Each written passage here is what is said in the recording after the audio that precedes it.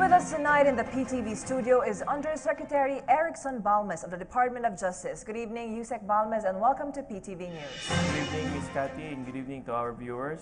Sir, what exactly is the active role of the Department of Justice in the administration's campaign against illegal drugs? Well, there are several functions of the DOJ with respect to the war on drugs of the government. For the apprehension and investigation, the NBI, the National Bureau of Investigation, is involved in the case build-up and in the apprehension of people who participate in illegal drugs. On the prosecution side, our prosecutors are responsible to seeing to it that the efforts of our people who apprehend illegal drug users and illegal drug people who transact in illegal drugs do not go scot-free by successfully prosecuting the cases that are filed in the courts. Beyond that, because we have a problem also with the drug deals in our Bureau of Corrections, we intensify our efforts.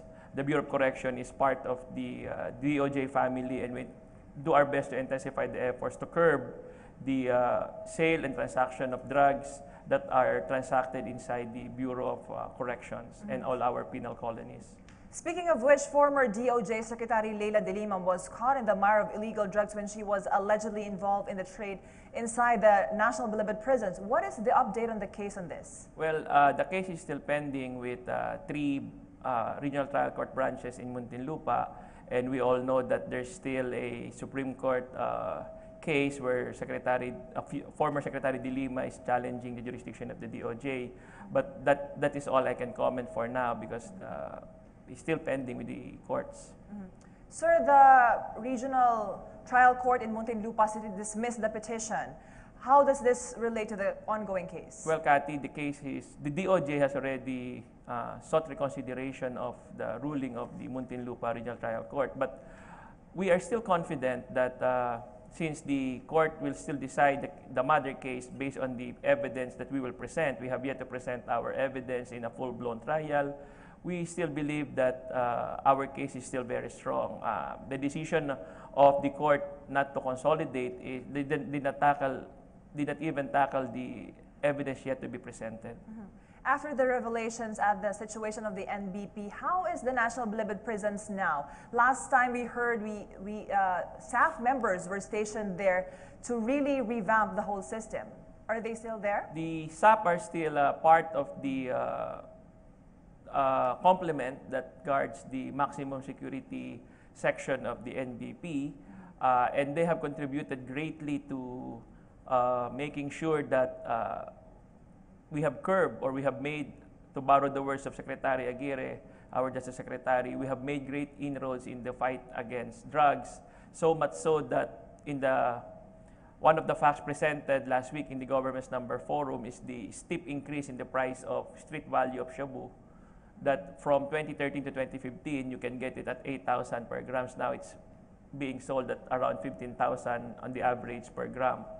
Over and above that, we have made great inroads in the confiscation of drugs and other paraphernalia used, particularly cell phones, and we have also installed proper protocol to avoid drugs from being transacted inside the Bilibid prison. Some I cannot discuss for security measures, but we have greatly made inroads in greatly dented the ability of our these drug lords to conduct or peddle their wares freely.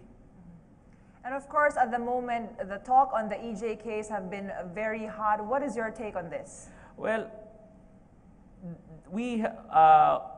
when it was revealed that there are a lot of cases being filed with the Department of Justice that has not been acted upon, I specifically requested for a data update on that. And we found out that with the DOJ, there are only 219 cases of EJK that are pending with us, contrary to what has been released by some sectors. Now, for EJK, number one, we believe that there is no government-sanctioned killings. It could be attributed to a lot of factors, but EJK, in the sense that it is ordered by the government to forward or move forward this war on drugs, is not a policy that this government or this administration is going to pursue.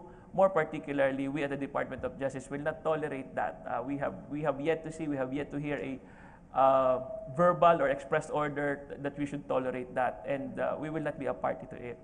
Sir, what can we do about this misinformation that is not only tainting the reputation of the Philippines locally, but internationally as well? Come again?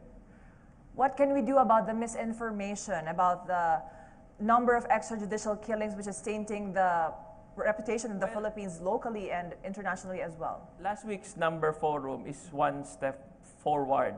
We have to correct this misinformation by coming up with a collective or pool of data available to be released to everybody to tell them that as far as the government is concerned, this is what the numbers are. This is the truth, and we will stand by it.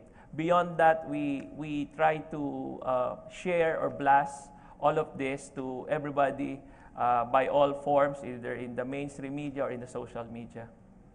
And on that note, thank you very much, USec Balmes of the Department of Justice. Thank you.